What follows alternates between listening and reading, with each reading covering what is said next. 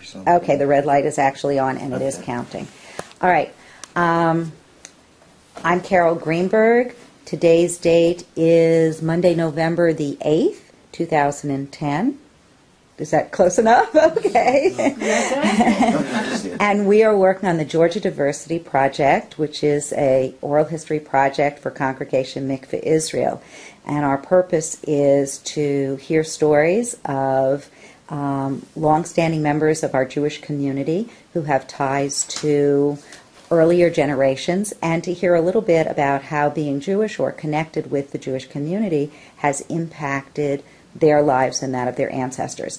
Today, our interviewer is Hans. Hans, will you introduce yourself? My name is Hans Sprenkle. I'm with Georgia Southern University. I'm a graduate student in history program, getting a master's degree in history. So. Very good. All right.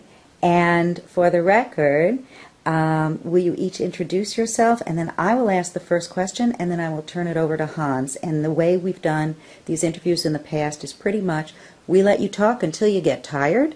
You know, we'll have a few lead questions, and then Hans will help steer the conversation to a few of the items that he would like to hear about. And since you both have illustrious pasts in Savannah, although Hans has done a lot of studying of the Bick family, we'd also like to hear from you as well, Ellen. Okay, and would you please introduce yourselves? I'm Ellen Bick. And I'm David A. Bick III. Okay. Now, David, I'm going to start with you with just the simplest of questions. Is you are David A. Bick III, and I happen to know that there are many David Bicks on the walls in plaques all around Congregation Mikveh Israel.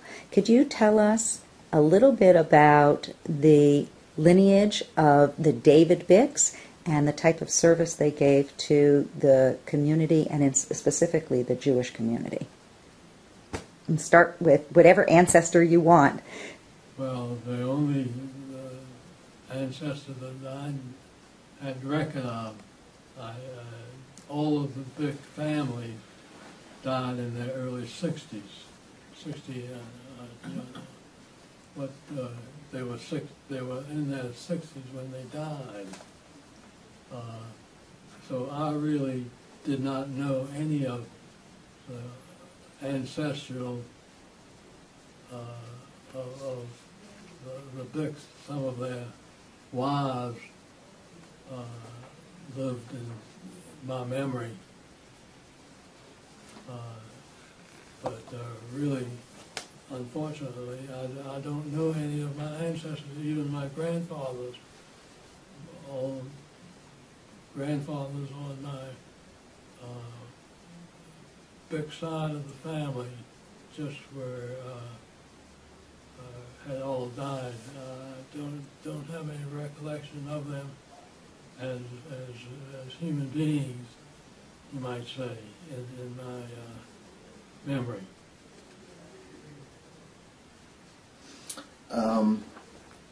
I can look at my research. I can understand that you were 1 year old when your grandfather died. But growing up in the community, the Jewish community in Savannah, were there specific, did you guys go to a Jewish school, or were you part of the public school system? I was a part of the public school system. There was, I understand, a Jewish school, so to speak. But my father's upbringing was strictly towards the English language and the American way of living, not as in Israel and Jerusalem. Well, then Israel wasn't him. His family was strictly classical reform. Okay. And reform would be different from, I guess, traditional traditional habits, you might say.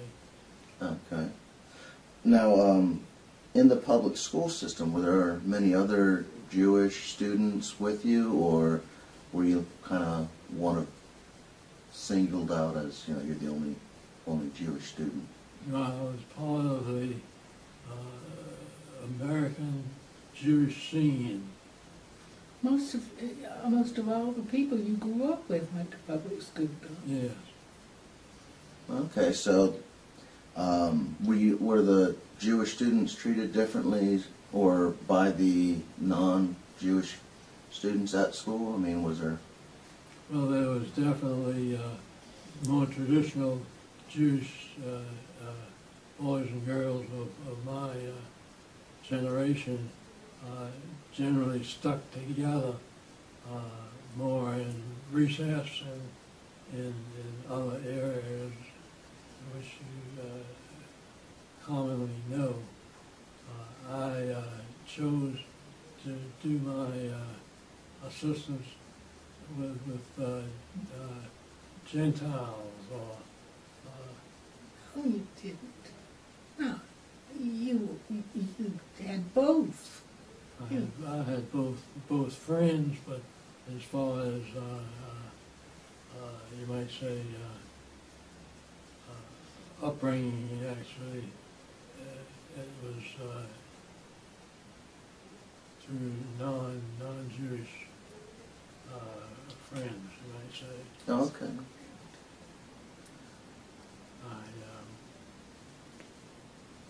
I became friendly with one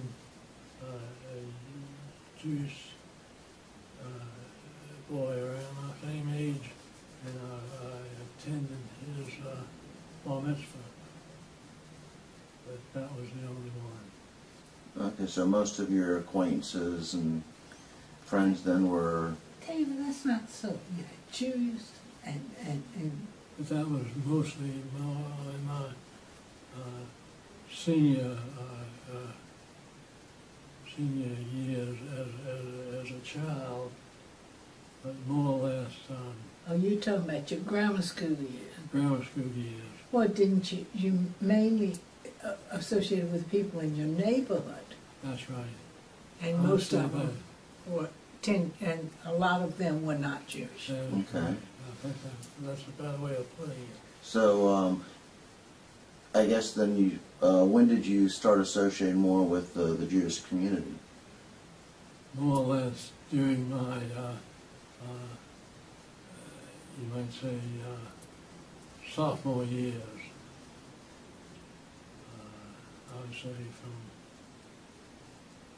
from age 12 on up.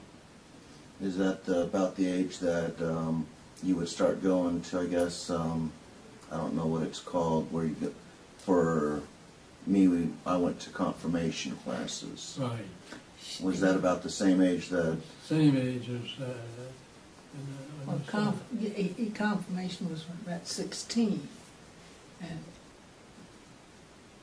Did they have well, they wouldn't have had bat mitzvah, but did they have bar mitzvahs at Mikveh Israel when you were growing up, or did the children just go to religious school and leading to confirmation? That's it. That's what they did. They went to religious school and then on to confirmation. That is correct. It was, I think, there were very few bar mitzvahs at Mikveh Israel. Was religious school only on Sunday, or were the?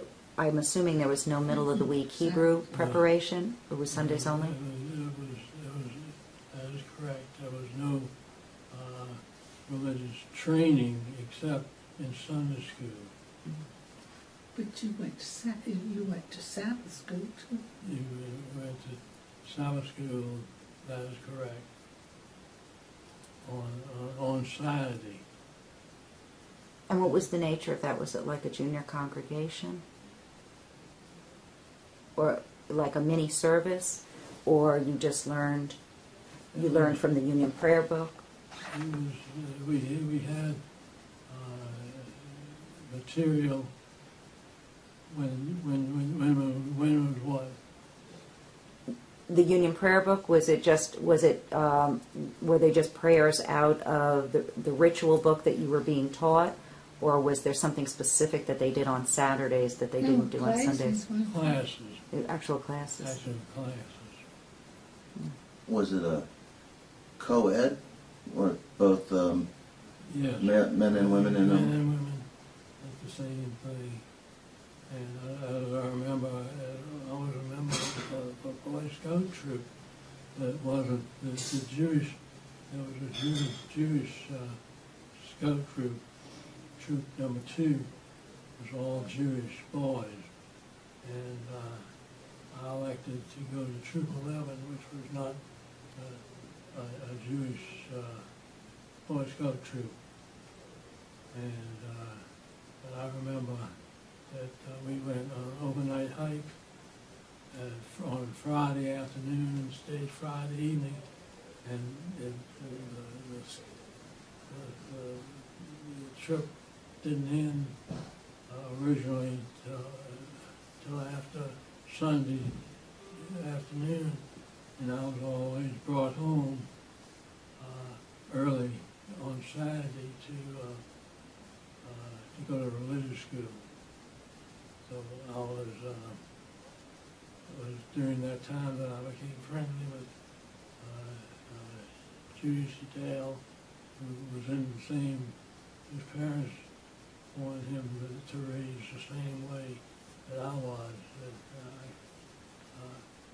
So he and I always came in on Saturday morning to attend religious school, Sunday school on Saturday. And then they take you back out camping after it was finished? We never went back. Oh. It was strictly that Saturday morning that I had to come back in, and by that time my parents saw that I got transportation back to my home. Okay. Just because I know it's an interest of me as a Boy Scout myself, how far did you make it through the Boy Scouts? Did you get Eagle? And No, I never got Eagle. That was, you have to get certain merit badges, and I attained the rank of Life Star, Life. which was just it was tenderfoot, Star, and Life, and Eagle, and I think there was one rank between tenderfoot and Star.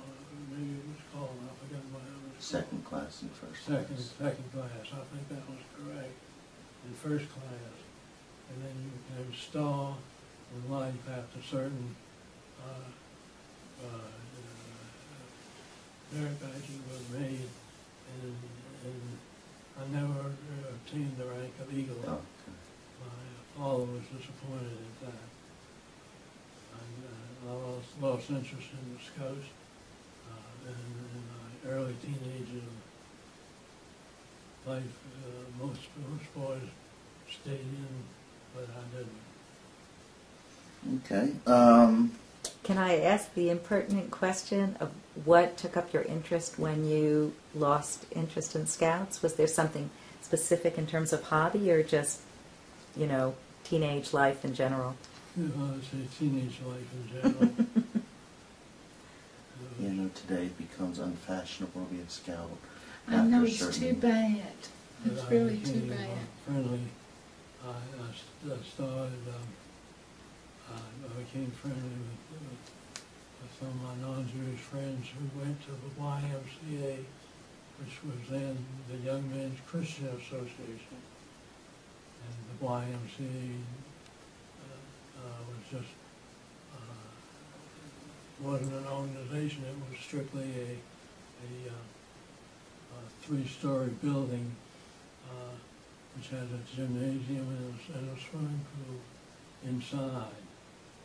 And I just became friendly with those boys, and they had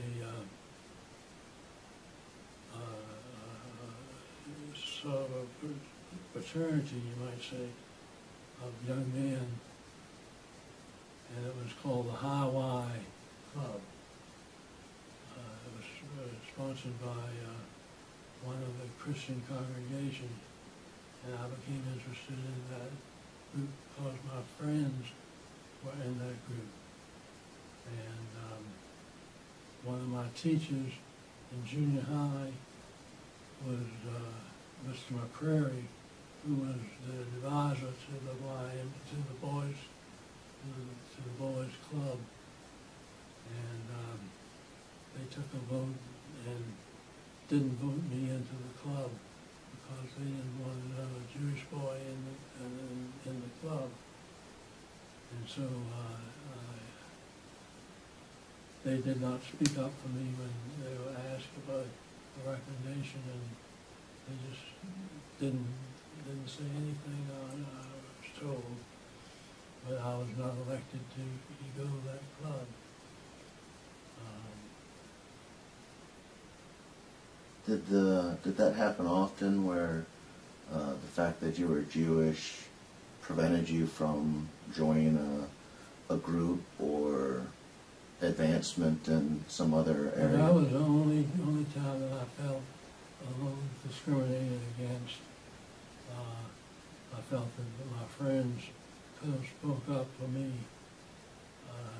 more favorably, but as they chose that boys club to be interested in, I found other friends in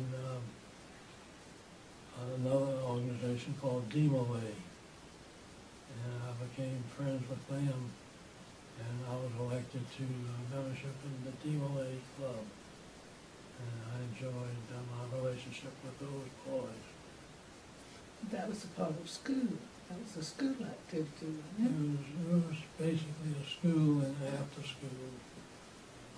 But Dimale is a Mason, a Masonic organization. And I just happened to know because my father-in-law was a Mason. I had never thought that Jewish people were allowed to be Masons. So No, that was not true. sit here. No, not historically. That's not at all correct. Very interesting. Okay. Lots of Jewish people are But what about Masons. the Jewish Community Center? Because that was active since 1915. Did that not give Jewish boys an alternative to joining the Y, to participate in the JEA activities? They did, but it was basically formed. The Jewish community actually came together on a club called the Jewish Educational Club, and but here again, most of the traditional Jewish families of the Orthodox land tended to go to that Jewish Educational Club, which later became the Jewish Educational Alliance, and the more liberal or Reformed Jewish boys went didn't associate themselves with the JEA or the AZA.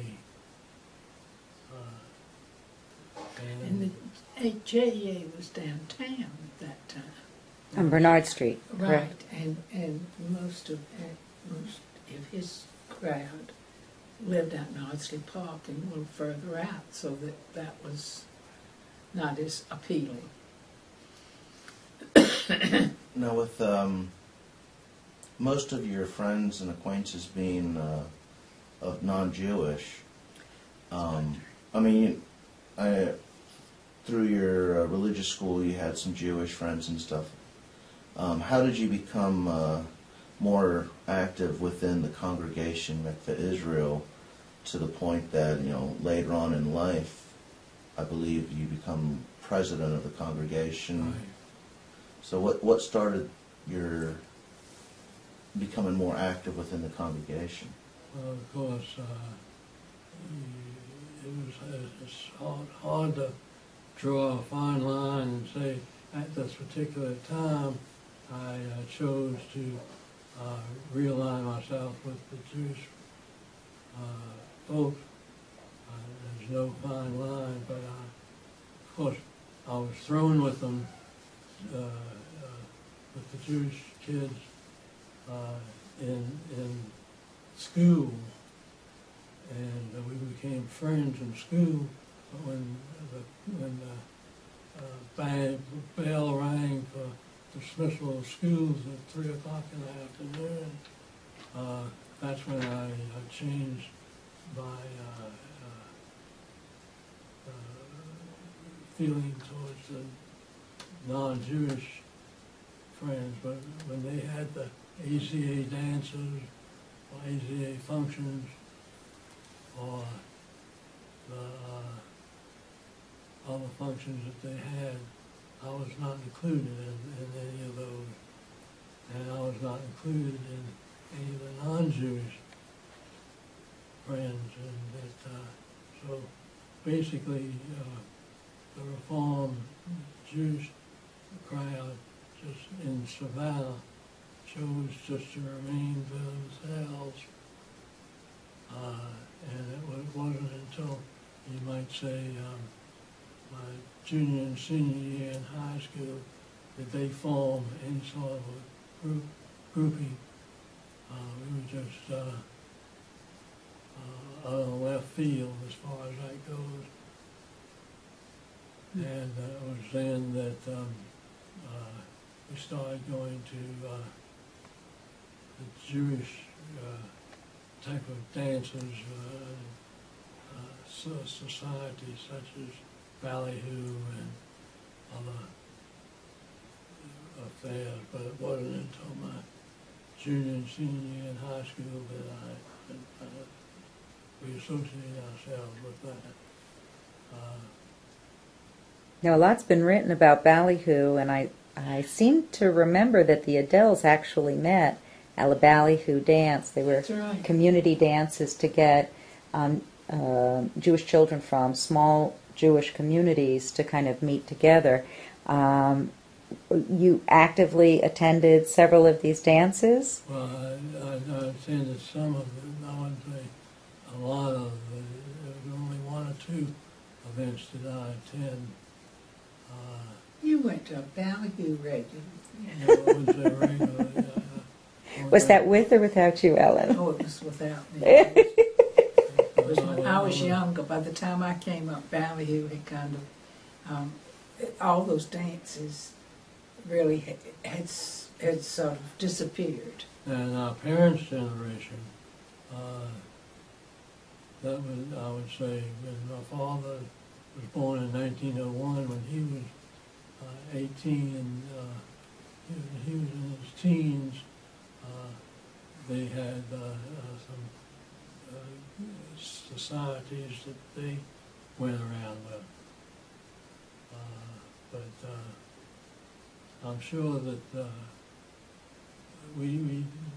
Orthodox group had their own groups that they went with socially, and we had our groups that we just went around socially. Just had that my parents had a group of their own, and they had parties of their own. It wasn't a society, any name given to the group. Okay, that was the Harmony Club. Yes. What about the Harmony Club? That was more of a gentleman's poker club, and they did have some dances. But it was generally for men. You might say 18 on up. I had a couple of pictures in Right. archives. But I was never included in any of the affairs why, I don't know. At the Harmony Club? Yeah, we used to go, they had a Tybee cottage that the club rented in their name, and you were free to use that in the summertime. And the Harmony Club that existed was mostly a reformed congregation that was mainly an adult organization, not a child's organization. But then when you moved back to Savannah, you became part of it. Yeah, well, that's the truth. When I came back to Savannah, everything had changed. In other words, Well, you were adult then. I was an adult. That's correct. But as a teenager, I never went to. I think that you would find I grew up in Columbus, Georgia, which was a much smaller community. And we did, all the Jewish people in Columbus went together because there were so few of us. But there was always this line between the Reform and the Conservative or Orthodox. The Reform had been in this country longer and was more attached to being American. And that lasted, I think, until after World War II.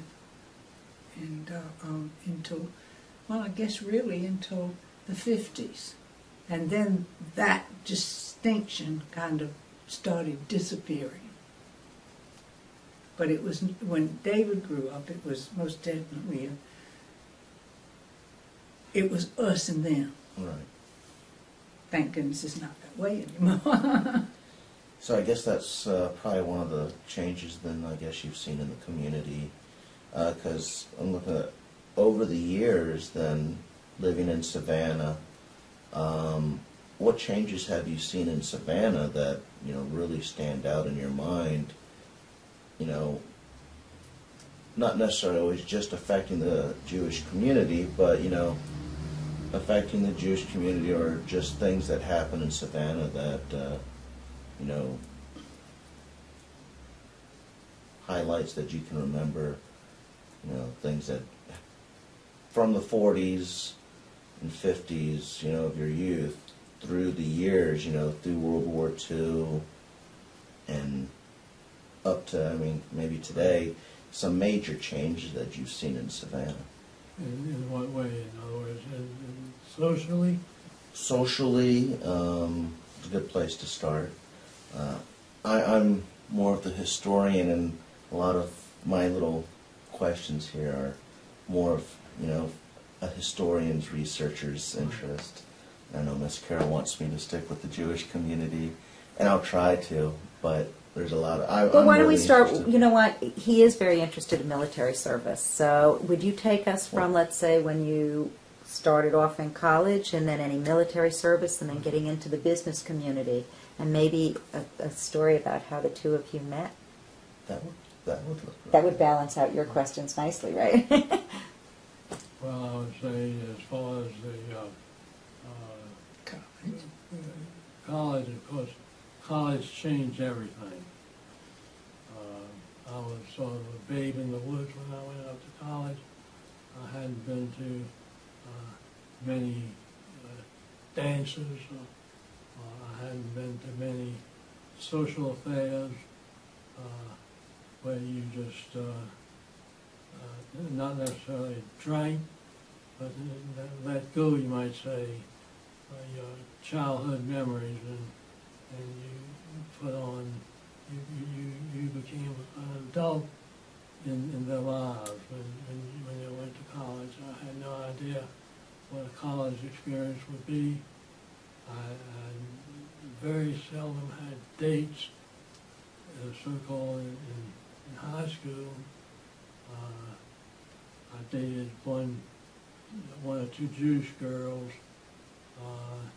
and fantasized that we were sweethearts, but it was strictly on my fantasy and not related to anything else. And so when I got to college, just my whole life became a different existence, and I saw that we went around with, I knew, of course, by name and sight, the Jewish boys and I found out there were Jewish fraternities, but most of the Reform boys and Jewish boys went to certain fraternities up at the university, and the more traditional and Orthodox and conservative boys went to other fraternities. Of course, we like to consider that the Reform was a better fraternity than the other two, which was not altogether true. But when we went to college, we socialized, dated traditional Jewish girls, and I became socially acclimated in the college.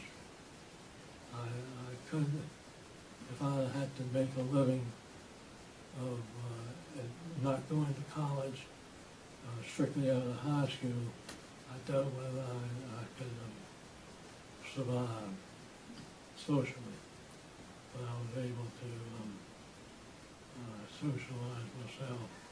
And going into the military situation, I became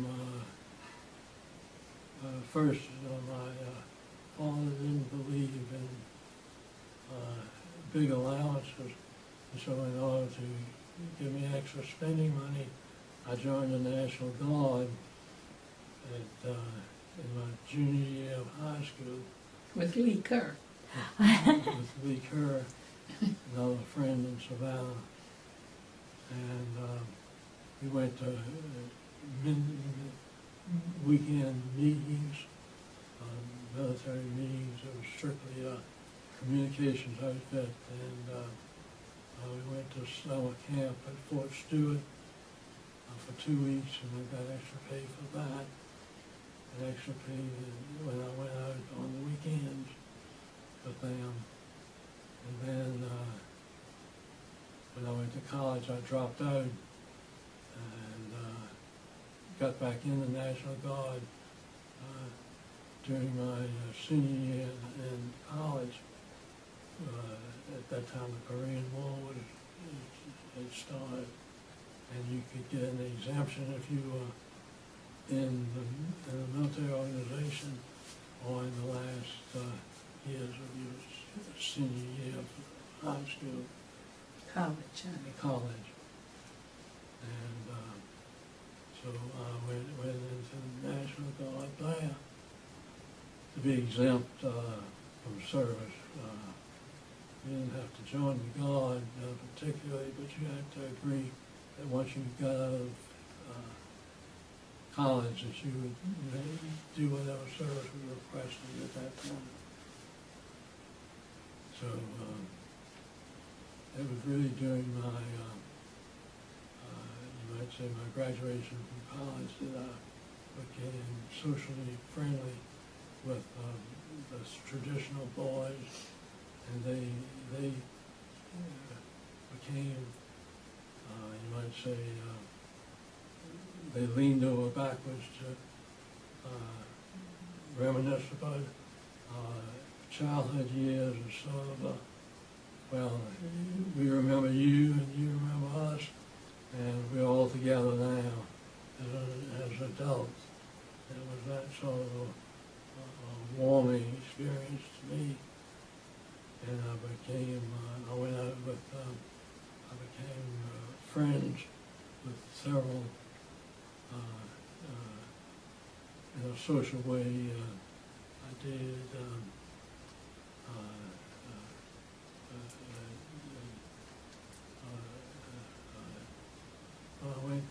I became friends with some of my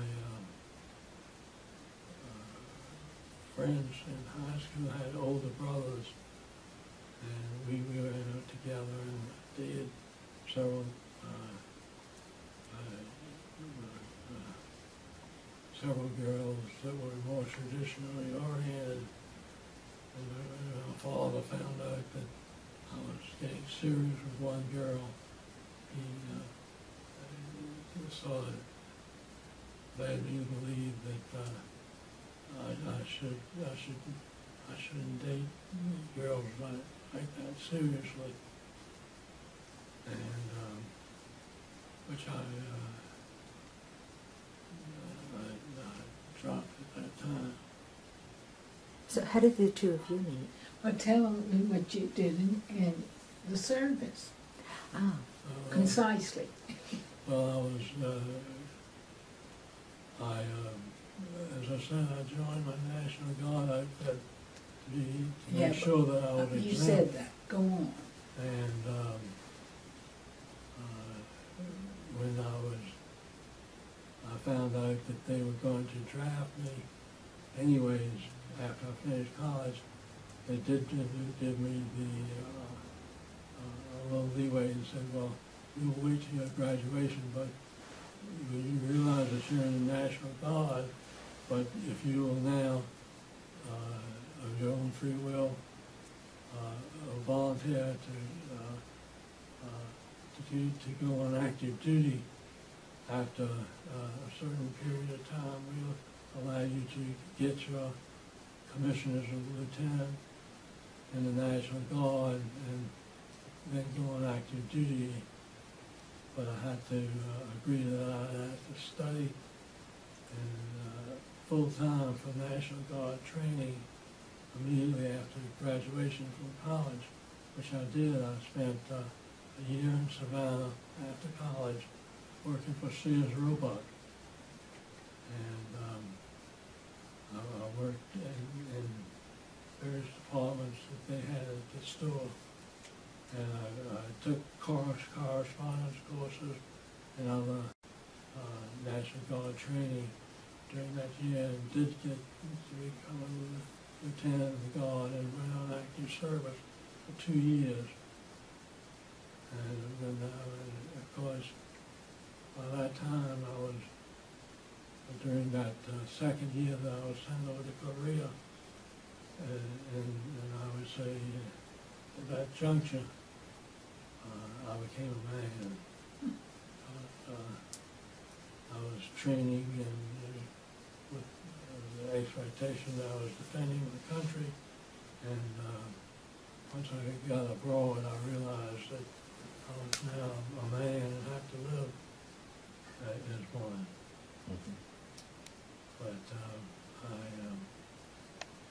when I came back in 1954, I decided that I would remain in Savannah, and I dated whoever I wanted to date, and my parents realized that I was a man and could make my own decisions as to who I wanted to go around with and who I wanted to date.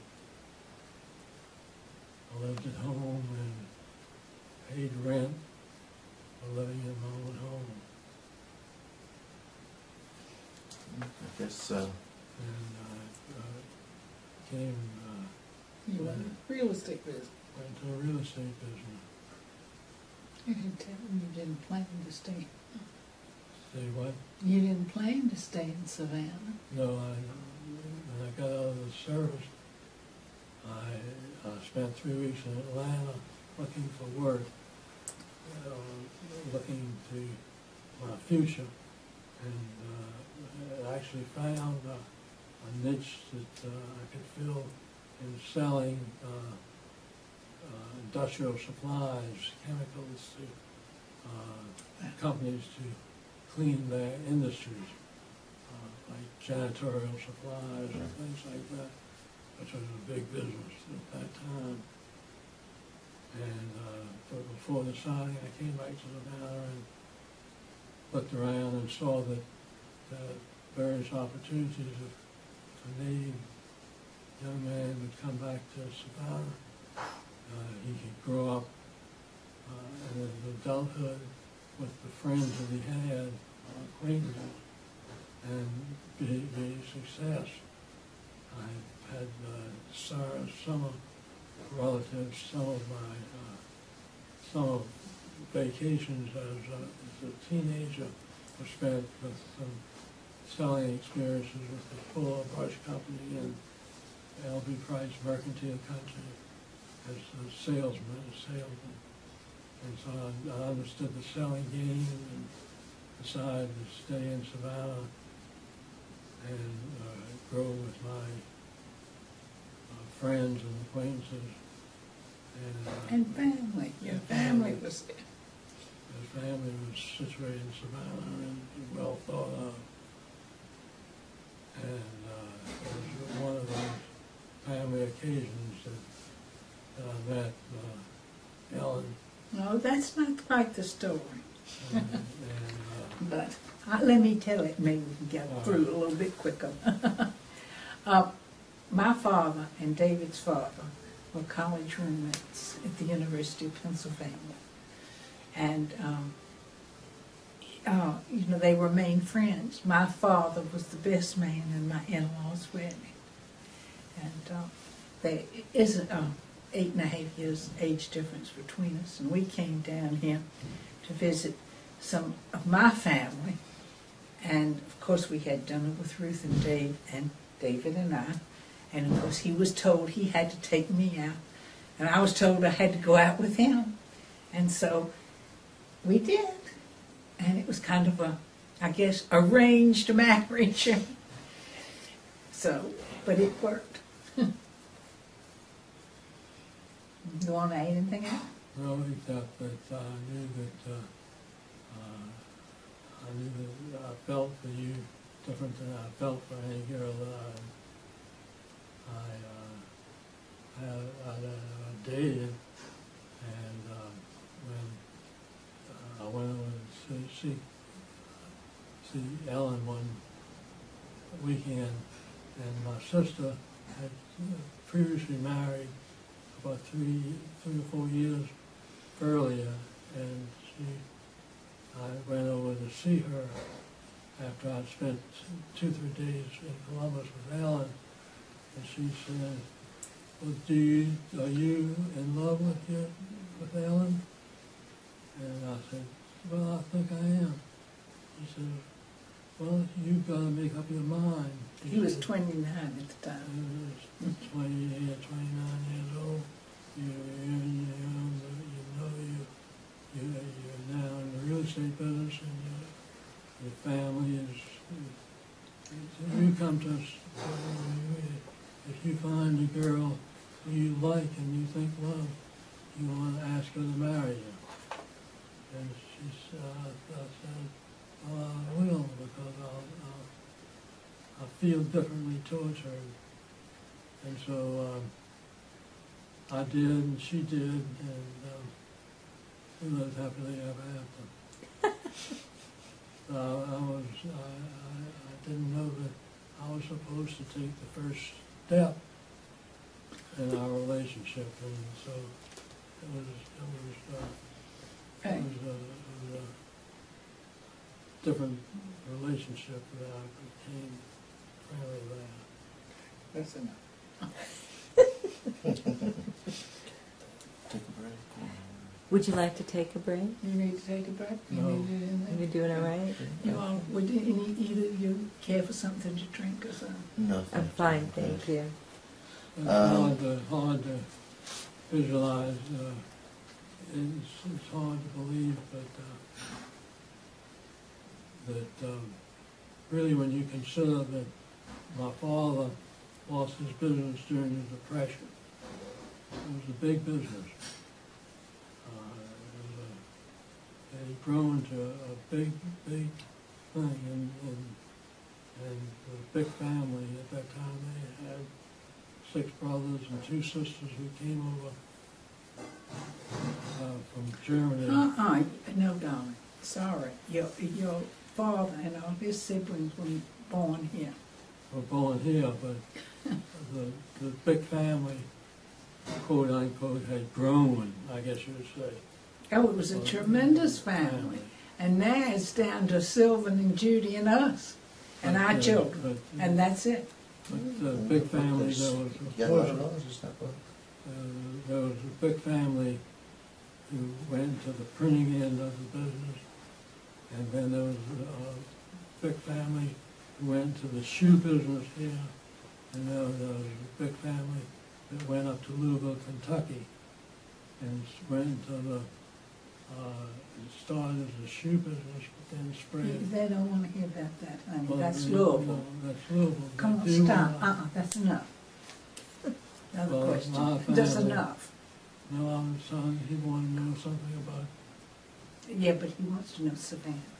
he wants to know Savannah. Well, my family who ran the Um, big business here in Savannah didn't have the capital at that time to pull through the depression. And so my grandfather, D.A. Bix, He died. died, and when my father, at age 20, got to the university, had his first year, he was The coming back time to, sequence is very wrong. no, I don't think you agree And that he was called back from the University of Pennsylvania because my grandfather had died. No, he was I'm called sorry, back. darling, that's not correct. Your father did come back to work in the business, Right, but that was in 1920, and that was 10 years before the Depression. So it's the time frame is wrong. Please, don't argue with me. The time frame is well, wrong. I understand that, but you don't understand what I'm trying to say. Well, get it out. Well, of course, the business was lost during the time that he took over the business. He and my uncle, Joe Beck, took over the business, and he took They split the business. split the business. And one his father became a Printing broker. printing broker, and Joe and his two sisters took over the invitations and paid buying office of them. supplies. That. Office supplies. And that was basically the end of that big business. It was a big business, and then it split, and it was not big after that. And so when I came along, there was still There wasn't any opportunity. no opportunity at all, and my father struggled through most of his adult life working out of the Depression, and it was difficult, and so we only had one car to the family, and other people's businesses, although they didn't flourish tremendously after the war, Second World War, you might say after the Depression, they certainly didn't have to start from scratch like my father did. So when I came along, things weren't as easy as they could be. So my father and mother made sure that I could have every attention that I could get from them. You just won some serious awards for your business acumen and for lifetime achievement. Did your parents live to see your success in business? Well, I would say they both did, and I grew in business and importance.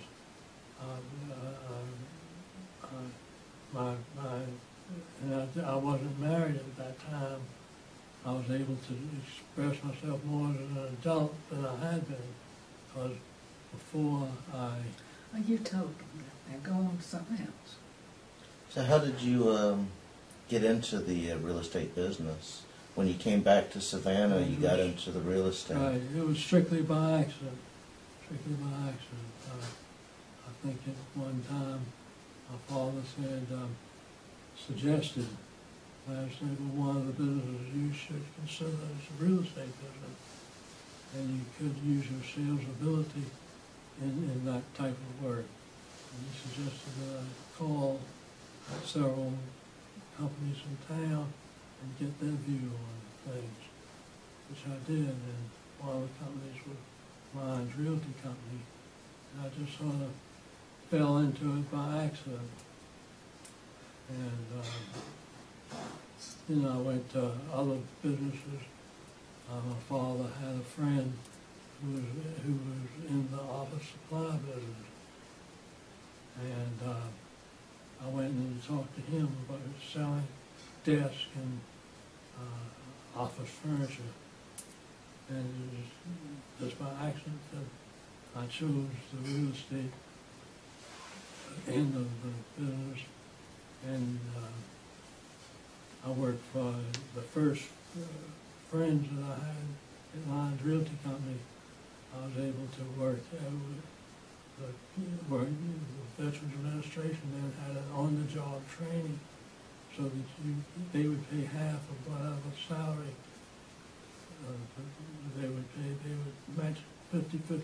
So Mr. Lyons agreed to pay me $110 a month, and the Veterans Administration paid that. So I went to school for $200 a month that I got salary, and I was able to learn the real estate business, and then became a salesman after 6 months training.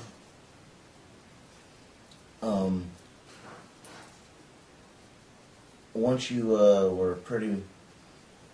became some successful in your real estate businesses, that when, like coming back towards the congregation, that you became more active in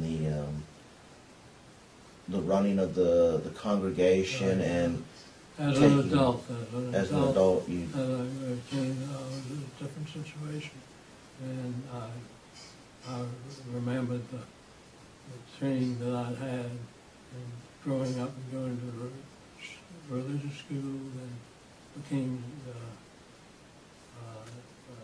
well, his father was his father and mother were very.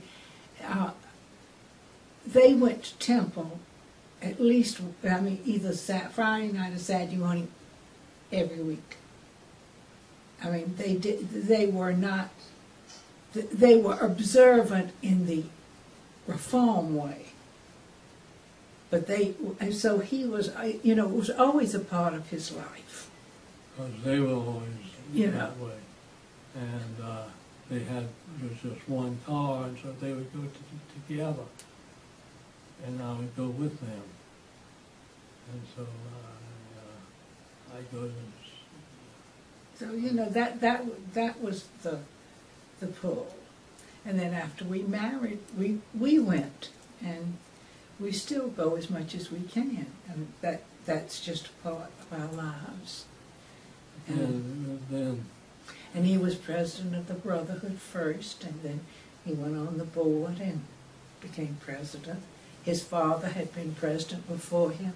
His grandfather had been active in the congregation, and and our son was the president of the one of our sons was the president of the congregation afterwards. So it's just the temple is our spiritual home.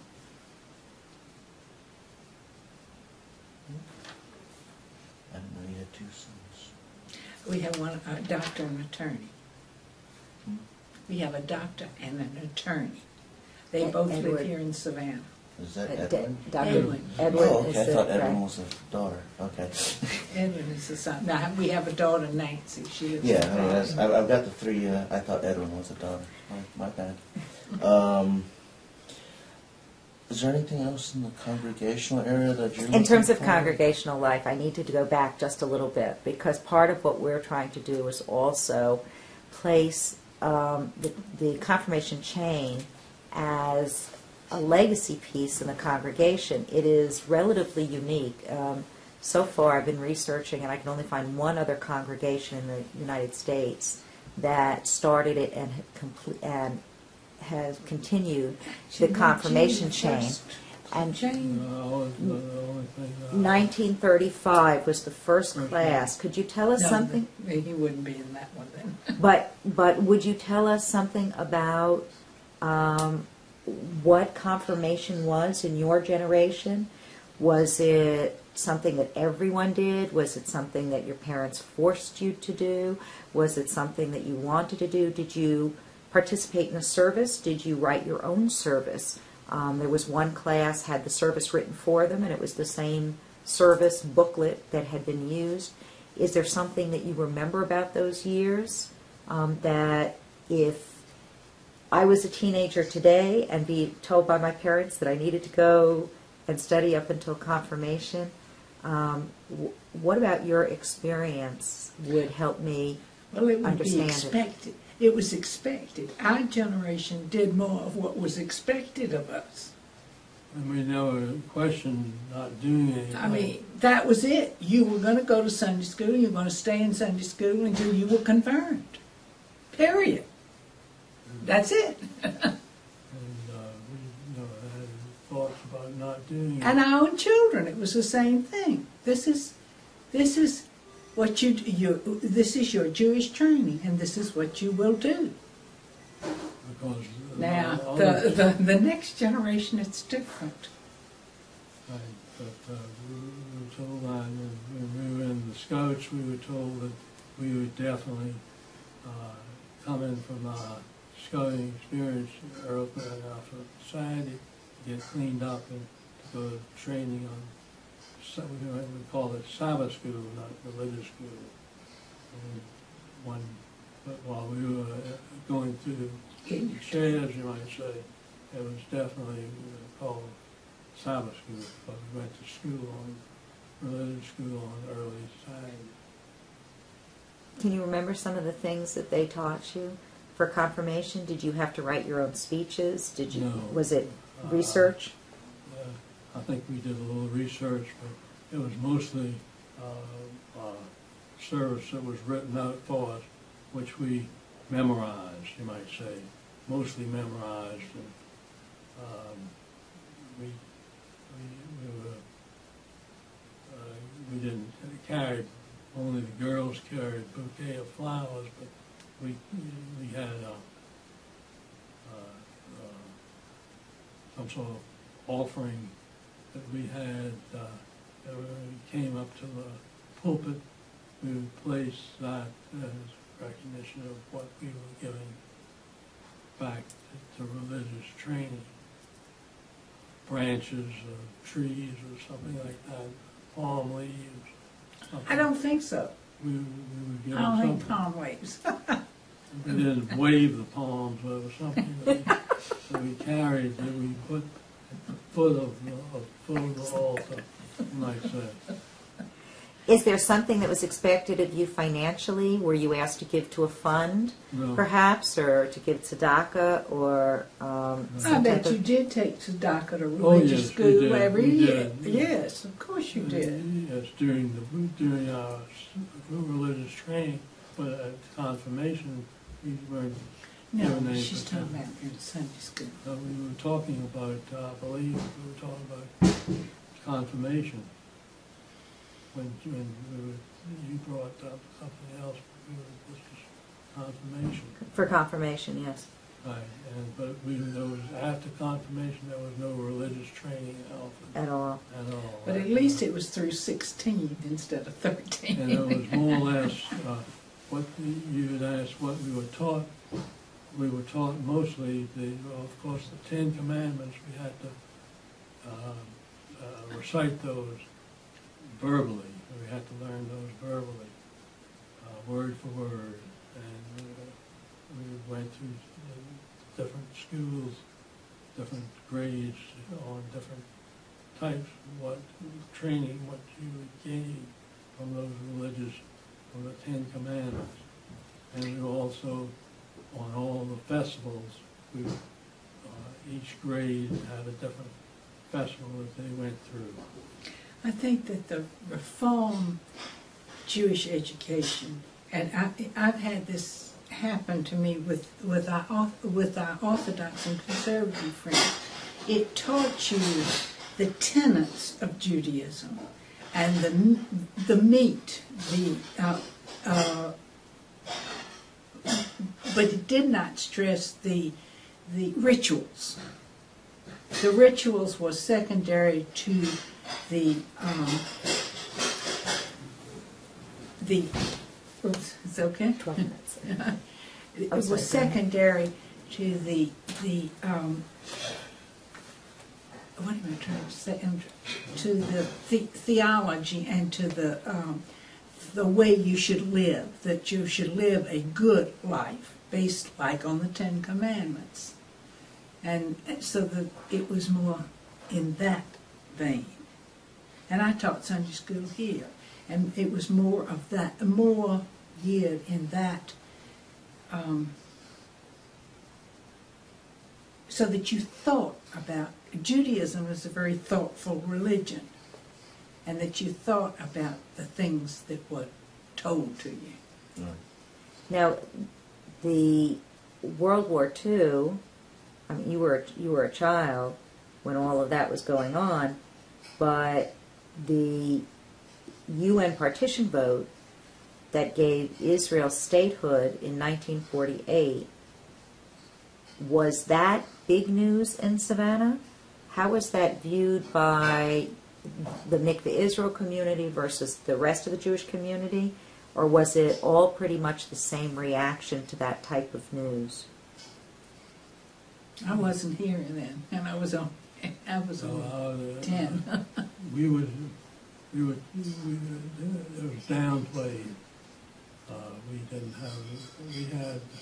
There was no Jewish homeland as far as the Reform Jewish community went, especially in Savannah. I can't speak for other region over in Savannah, but it was two different things. I thought any person who could give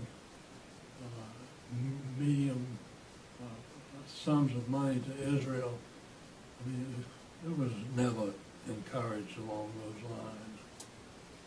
Was there a fear of repercussion, or was there It a was just thought the that fact somehow it would... that there was no Jewish homeland and no French. We were not. The only thing we were supporting was the United States and its territorial arrangements. But there was actually American. There was a Reform Jewish group that called themselves religious that had other other mottos, not Israel as a homeland for not only, we didn't have any Jewish homeland. The Orthodox wanted a homeland for any Jews all over the world could go there. And this was considered a Jewish tradition that you were for Israel, and that was not the case in the Reform movement in Savannah. There was definitely a split there, and so until that split was healed, certainly, I don't know at what time, Elmer, but... And I think that there are still many Americans who support Israel wholeheartedly, but don't consider it their homeland. I think that, America is their homeland, but Israel is very, very important. Really, when it first started out, in 1948, did you say? Mhm. It wasn't considered anything that the Reform Jews Would have paid attention to Right, or that's supported. Is there anything that Hans or I did not ask, or any subject we didn't touch upon that you would like to talk about? Well, David's grandfather was the second president of the JEA. And I think, if I'm not mistaken, the JEA was founded to help the immigrants who came into this country, who didn't speak English, didn't have the customs, to help them acclimate themselves. And so, in a way, that's probably where some of the split came from. That's good information. It's, But socially, but I mean, it's entirely different now. And I mean, everybody goes with everybody else, and you make your friends according to their qualities that you admire. And of course, David, you mentioned the award he just got. He certainly served on, he was on the Temple Board and as president of that, but he also served on the Savannah Jewish Council Board and the JEA Board. I mean, those things you just do because you're Jewish. And then, of course, he served in the greater community in many, many areas. Yeah, and one of my questions I got wrote here is, what influences have led you to all the civic and social participation during your life? Like, has your grandmother Ruth influenced your outreach? His mother. Yeah, That's his Or mother. His mother. Your mother, right. Ruth. Yeah. Mm. I mean, I is definitely was encouraged by her feelings and all towards helping the less fortunate in various fields. And she did it and received a lot of accolades for her work. And she continued working until into her 80s, well into her 80s, which is a little unusual. I think she had gotten an award. She got several awards. I think the one that I saw in the newspapers was definitely something that was well and late in life, where she was awarded a life, the Golden Book. Yeah, Golden Deeds Deeds Award. Yeah, Golden Deeds Award. James Club, and I joined that same civic club, the Rouge. He was president. Club. But, socially, things are much different than they were. And but when I was growing up, I guess you would say, socially, I didn't realize what my training was leading up to. And when I was 18 years of age, I couldn't have lasted because. Oh, you don't know that, though, right? You gotta say what you feel. So let's see, looking over my questions, it looks like we've hit quite a few of the things. To know my research, I see you were born in 29. Right. So you were born like right on the, a couple months prior to Black Friday. That's right. And the historian side of me, because I think we've covered all the church stuff. Okay. The historian side of me is really interested. I've got my questions broken down by eras. Okay. And looking at the Depression era, so as a child in the Depression, I know you've mentioned your father's business didn't do very well because of lack of capital. And what was it like growing up during the Great Depression? I mean, we have the 10 years. I guess you're not going to try to remember a whole lot of those early ones, but the Depression lasts all the way up through World War II. So what was it like living during the Depression in Savannah?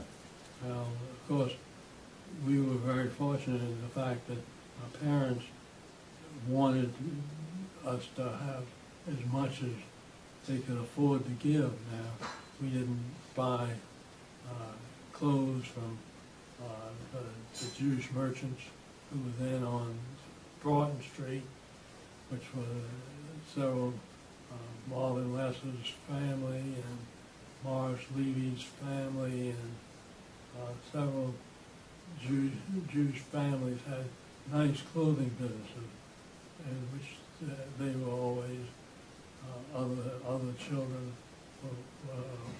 wore their clothes. We sold.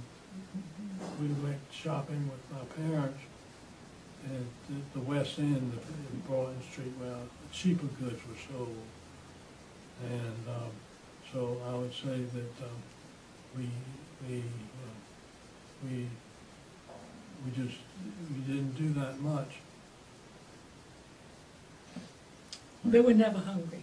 We were never hungry, and we didn't suffer that way, but we suffered, and we just weren't. We didn't have that many dances to go to because we didn't dance. You said that, Tom. But part of the things that the Jewish Education Alliance back then, when it started, is I had also heard that in part it was to help new immigrants. But by the Depression years, part of its mission wasn't it also to help members of the community? Did they have something equivalent to Jewish Family Services like we have today? I don't remember. No. I mean, do I have no recollection of do you remember much of, I guess, of, you know, how was the Depression and the World War II, how did it affect life in Savannah as a whole? I mean, not just, you know, your family, but from your memories of looking into Savannah and living here, how did, you know, the Depression affect Savannah as a community? And then with the onset of World War II, how did, you know, as a child looking through all this, is there anything that you can remember, you know, that how these events in history have affected Savannah? I don't know. I mean, we didn't have any. Well, you remember the blackouts and the fall Yeah. of the war and that. We ran, you know, that's about it. We didn't have any definite things that we did that stuck out in my mind. Okay. And I came from Columbus, Georgia, and it was very different because we had Fort Benning. Oh, And of course it was,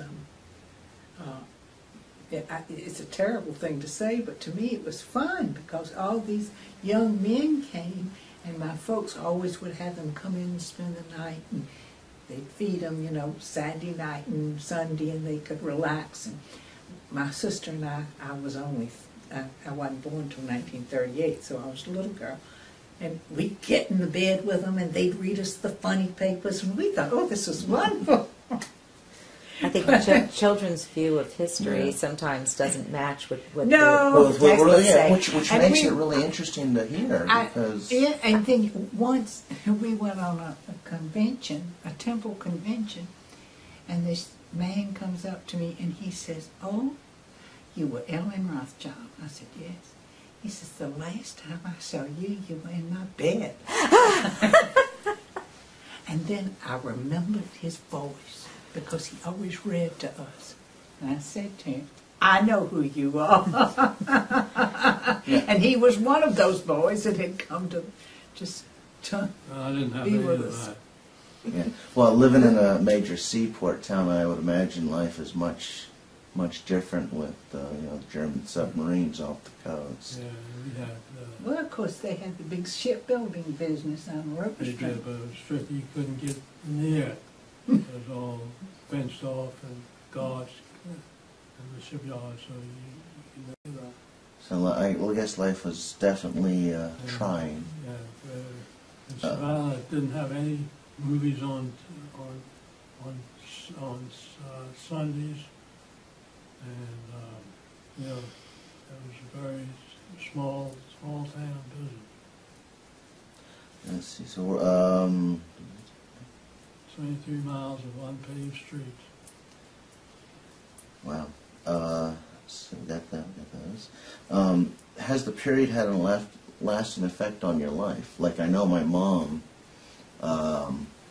She was German, and so she grew up post World War II in northern Germany in the seaport.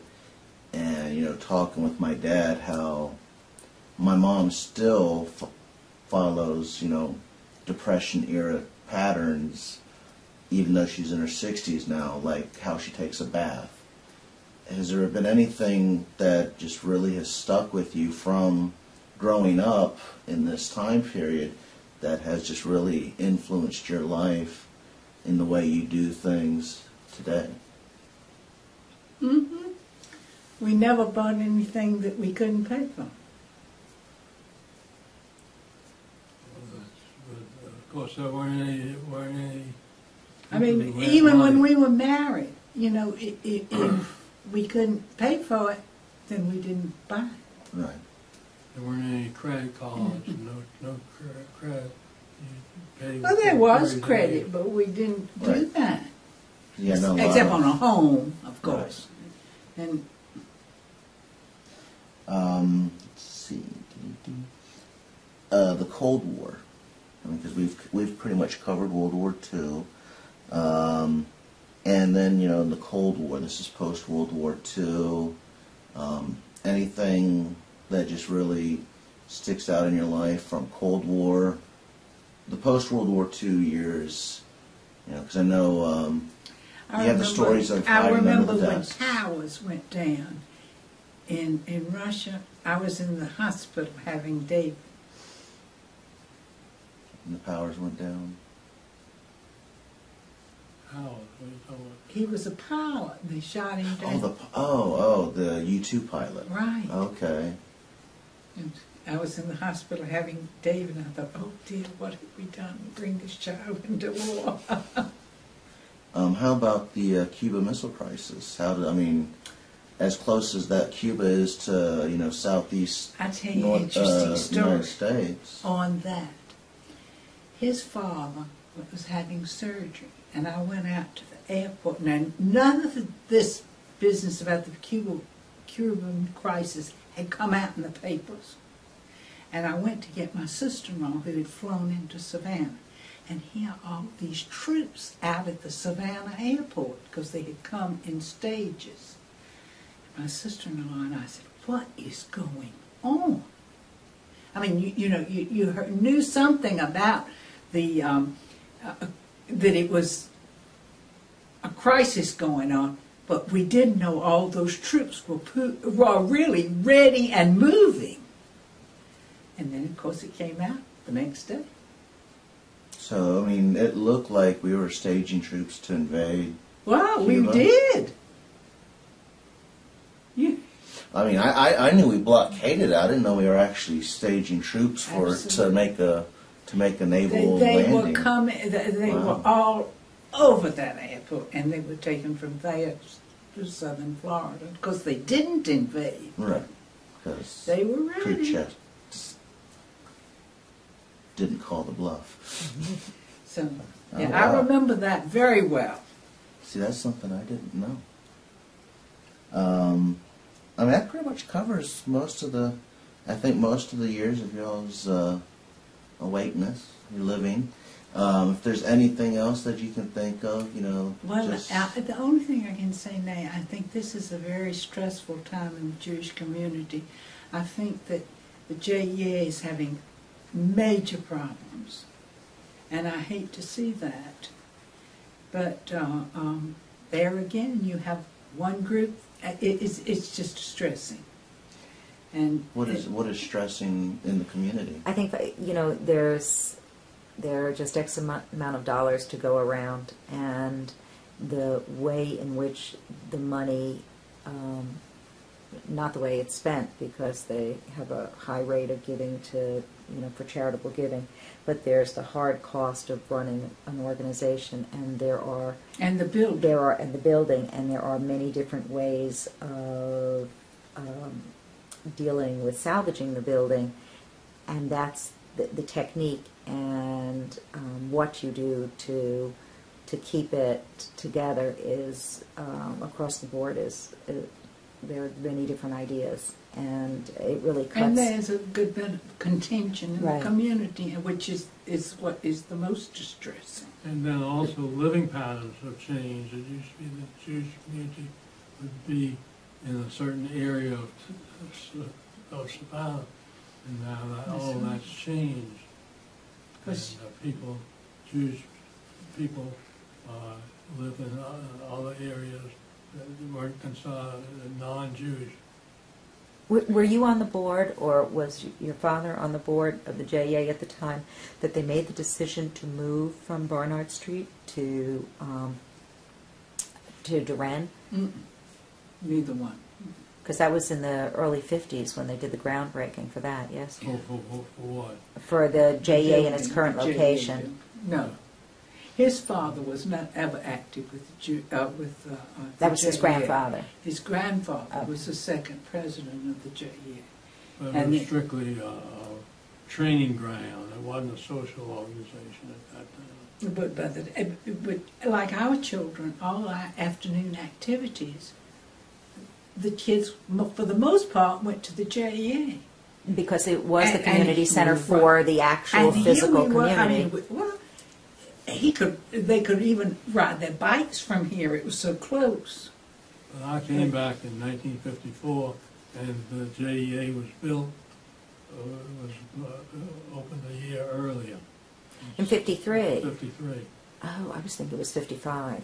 No. Okay. 53, I believe. All right. But, But But you- but you're- people have moved out. They've Right, spread you're out, absolutely and it's right. not as convenient. They're doing more at school and and in their own communities, so it's no And- longer the center right. hub. So That's it's the- really changed a lot. It's And- not the Jewish And center. maybe we don't need that big building. I don't know, but it's And a there's- big problem. And even in the Orthodox people who belong to that synagogue and say that they're traditional type Jews and don't live any way that the Orthodox Jews are supposed to live. You know, they don't observe 2 days. Right, they don't live necessarily in the community, so they don't give That's strength right. to that. All right, very good. Is there something you'd like to say about your children and your grandchildren? I just hope that our grandchildren will continue in the tradition of Judaism. And All three of them married non-Jews. our children did, but I hope they will understand the blessings and the wonderful theories behind Judaism and continue to pass them along. I see you have the Footprints book. Is there Right. anything out of the book that you wanted to, tell us about? I think the gentleman who got this up had a very good experience with getting all this information up. That was a very useful book. I enjoyed reading it. And I His think, mother's family was just as old here. right. This is from his mother's family. They had been here just as long. When did they come in? And what was the last name for his? Meinhardt was the family name, and they had Samuel Meinhardt was the one that was the founding father, you'd say, in Savannah, and they lived at 326. No, Bull Street, no, they lived on Abercorn. Abercorn, 432 Howard. 432 Abercorn Street. It's on- And he was a member of, he was a county commissioner, and he did a lot of civic work also, Mr. Meinhardt. He was on the committee that was he was the county commissioner at the time the building, courthouse was built. That the old courthouse was Oh, built. okay. His name is up there. And so that family has also been very active in Savannah. So basically, being Jewish really did not seem to hinder your ancestors at all from being active both in the Jewish and the secular community. That's right. No, it really didn't. I don't think it did. I think Savannah had very few incidences of anti-Semitism. I mean, you always have individuals who are anti-Semitic. You always do. But I don't think that it was in a great number. Especially during during- the current. Yeah, especially during the World War II years when you have And the rise of Hitler, and I mean, there was no flashback into Savannah of anti-Semitism or anything like that. Just no. If anything, a greater sense of Americanism, Right. especially at Mikveh Israel. You know, people wanting to prove that they're American first. Well, That's of course, you know, that was true in World War I, too. My father's parents were immigrants from Germany, and during World War I, they would not speak German in the house. So it's, you know. Same difference. Well, I think we've pretty much covered everything that Miss Yeah. Carol and I had really wanted to cover, and I thought of something else just for your opinions on the issue, because hopefully this video or transcript will make it into the archives for researchers to utilize in the future. What do you think of the political? I mean, we all know the economics of the United States right now is stinking. So, but what do you think of the political status of America today? I mean, I'm not necessarily, you know, what do you think of, like, President Obama? I think that we Republicans? need to stop thinking so much political party and think about America. I would drink to that. Definitely. It's because nobody's cooperating with anybody else and nothing's getting done. And Obama came in with a lot of baggage, and then everything went sour on him. And I think some of the decisions he made perhaps were not the wisest. And we are just going to have to struggle out of this economic times, because that's what's so difficult. Thank you very, very much.